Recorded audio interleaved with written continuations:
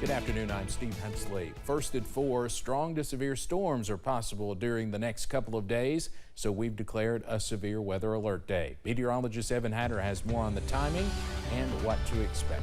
Evan. Well, Steve, we've known about today's severe weather threat now for a couple of days, at least since yesterday. Today's a low-end threat, but a couple of pop-up storms could drop some damaging winds and heavy rain. Our main threat, however, as the cold front moves closer during the daytime hours tomorrow, that's when we could see more strong to severe thunderstorms. You look outside right now and say, what thunderstorms? It's gorgeous. At least it's beautifully sunny outside. We're in the mid-70s at UVA-wise right now. Downtown Whitesburg, still seeing plenty of sunshine, just a few fair weather clouds out there right now. Notice something, though. It's 81, the dew point's 66. It's juicy out there. So once we get to a certain temperature, those thunderstorms are going to start to pop out there, and it's warm already.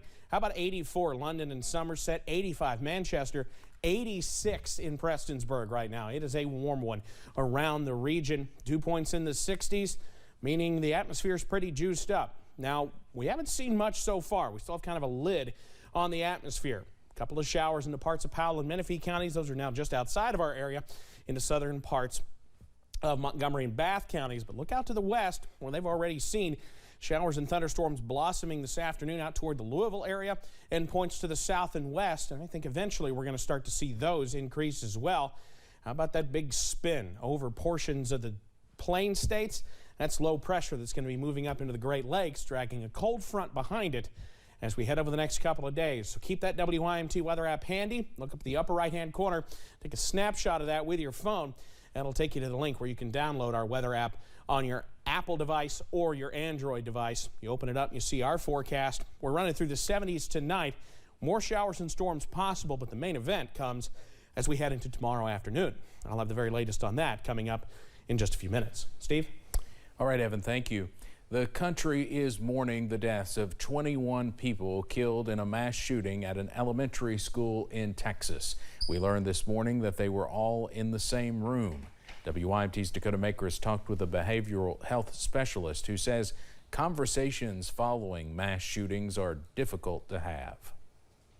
The nation woke up Wednesday morning with heavy hearts for parents and families in Uvalde, Texas, and many may not know how to talk about the incident or how to help their own children better understand what happened and what it means for their own safety. I think it's a scary topic to approach for people, but I think the best way to initiate it is you don't force it. You talk about what they want to talk about, what parts of it they want to talk about. Behavioral health specialist Dr. Jonathan Martin says focusing on how they feel about certain aspects of a major event and answering what questions they have could help kids process the information in the best way for them. Don't overshare, don't give more details, keep it kind of simple, factual, and then open it up for discussion. I think they can direct it in a lot of ways. He says just keeping up with your normal day-to-day schedule can lower your anxiety and urges people to consider how much information they are taking in so they are not overwhelmed. It'll make it harder to move forward if you keep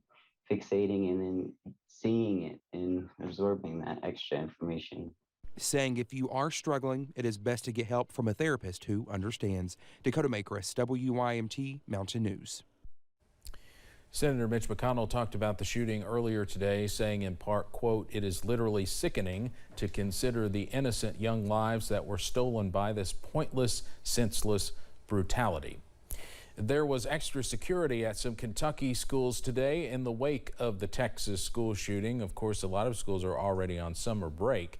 But both Franklin and Anderson County schools had increased security. The Anderson County Sheriff says the schools have an armed SRO in every building, but today they made sure there were extra deputies patrolling the schools. The sheriff says it broke his heart thinking about his grandchildren and how the town in Texas and Lawrenceburg were similar in size. As a sheriff, it's always your greatest fear. It lays heavy on your heart with your kids in the county. That's the highest calling, being able to take care of your kids.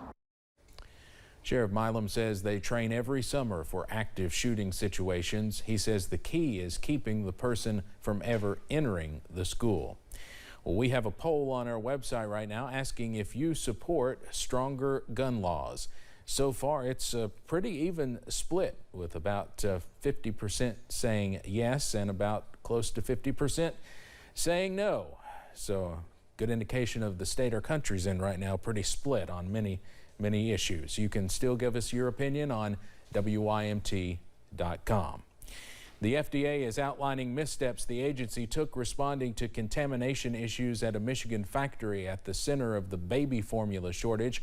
The hearing on Capitol Hill comes as more formula arrives from overseas to ease the crisis. CBS's Michael George reports from New York. The head of the FDA says changes need to be made across the board at the agency following its response to concerns of contamination at the Michigan factory at the center of the baby formula shortage. It was too slow, and there were decisions that were suboptimal along the way. Dr. Robert Califf told a House subcommittee part of the FDA's delay in inspecting the plant was because of a COVID outbreak at the Abbott facility. He also described the results of the FDA inspection. Frankly, the inspection results were shocking. Standing water, cracks in the key equipment that present the potential for bacterial contamination to persist. He also addressed the agency's delay in reviewing an October whistleblower complaint alleging safety violations at the plant. The whistleblower wasn't interviewed until December. Lawmakers expressed their outrage. I'm actually pretty furious about the FDA's lack of food safety leadership, communication, and action. I don't understand how the FDA can justify 3 months to respond to this crisis. Safety comes first. An Abbott executive also testified, telling lawmakers the steps it's taking to avoid disruptions in the future. We are committed to ensuring that this never happens again.